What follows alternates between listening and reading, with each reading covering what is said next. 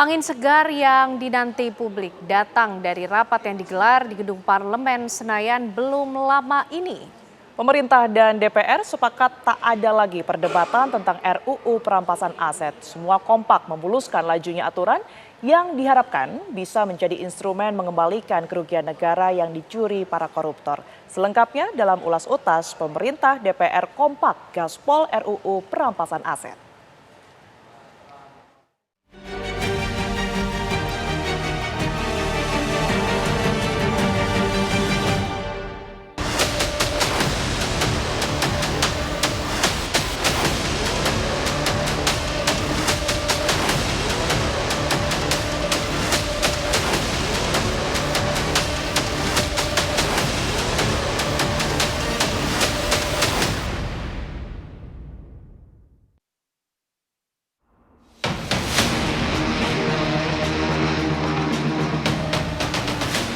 Isu rancangan undang-undang RUU perampasan aset memasuki babak baru.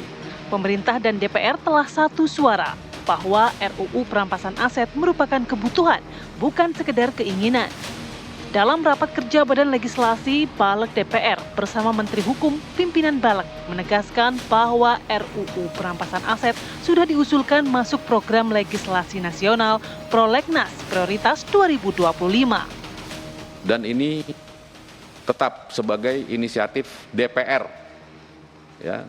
Jadi perampasan aset tidak ada lagi perdebatan di pemerintah atau apa, tapi di DPR. Dan itu masuk dalam tahun 2025. Jadi RUU tentang perampasan aset, terima kasih. Karena pemerintah juga sebenarnya sudah siap dan hari ini kita harus memberi apresiasi yang luar biasa kepada DPR karena memenuhi janji untuk mengambil alih penyusunan draft RUU tentang perampasan aset. Nanti naskah akademik maupun juga materi RUU-nya kita boleh saling sharing nanti. Sebelumnya nasib RUU perampasan aset seperti terkatung-katung, hingga menggema desakan agar RUU tersebut segera disahkan menjadi undang-undang. Presiden ke-7 Joko Widodo pun ikut angkat bicara, menyambut angin segar yang dihembuskan wakil rakyat di Senayan. Jokowi mengungkapkan di masa pemerintahannya sudah 3 kali mendorong agar RUU perampasan aset dibahas di DPR. Namun kala itu belum ada suara bulat dari fraksi-fraksi. Saya mendukung penuh dibahasnya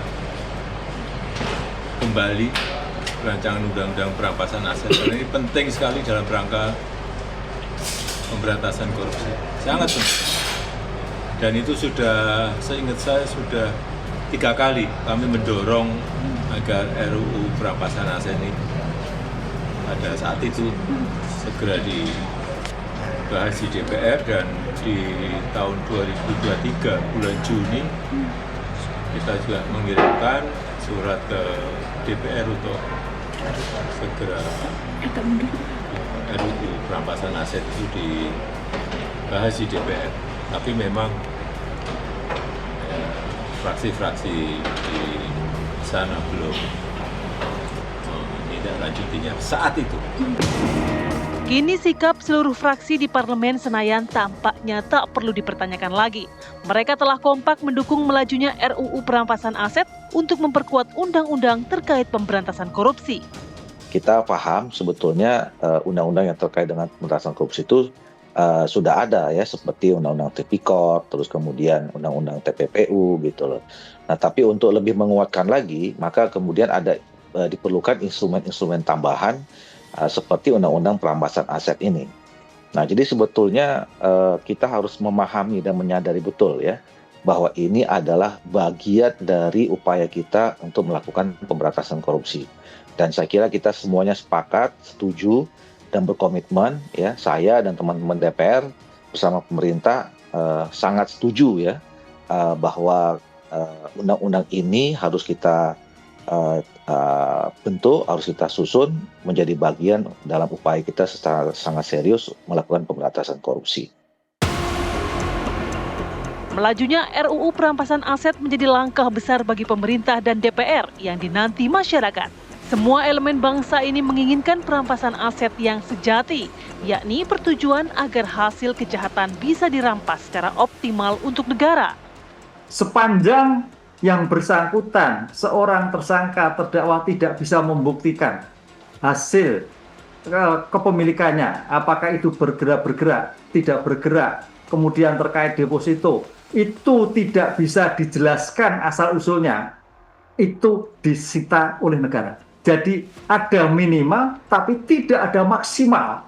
Karena kunci dari perampasan aset adalah mengoptimalisasi hasil kejahatan dirampas untuk negara, yang tanpa mulai proses pidana, yang tadi saya katakan sebagai bentuk antisipasi pemeriksaan di pendahuluan.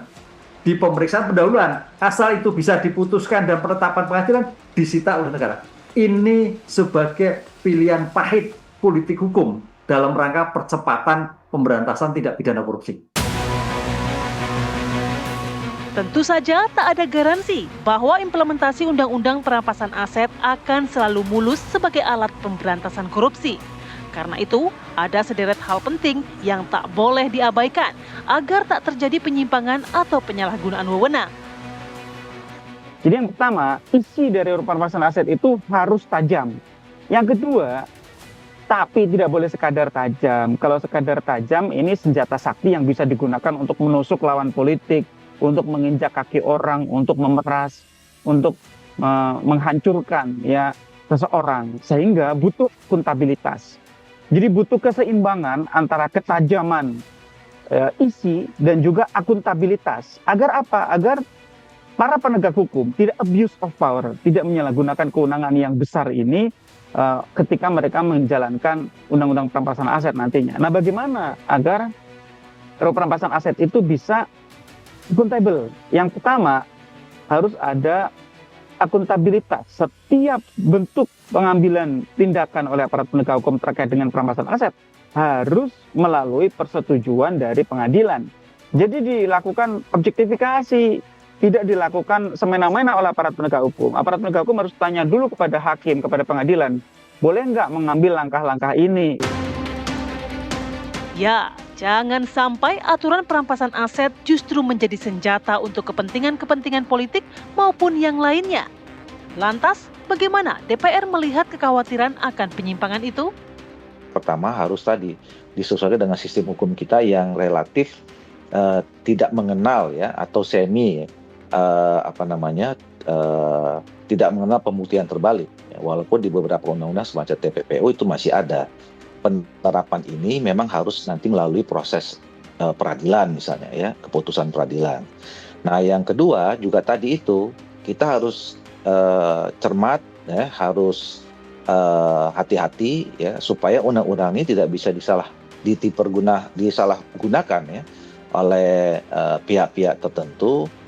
Katakanlah seperti ada upaya politisasi, kemudian kriminalisasi, gitu. Bagaimana aparat-aparat penegak hukum kita itu nanti betul-betul bisa memahami undang-undang ini, bisa pun memiliki integritas, kecakapan dan profesionalitas dalam menegakkan hukum melalui penerapan undang-undang ini.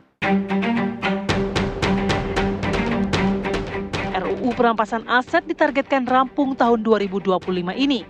Meski dikebut, namun pembahasannya tetap harus melibatkan publik secara bermakna. Publik harus mengetahui isinya, bukan hanya judul sampulnya saja.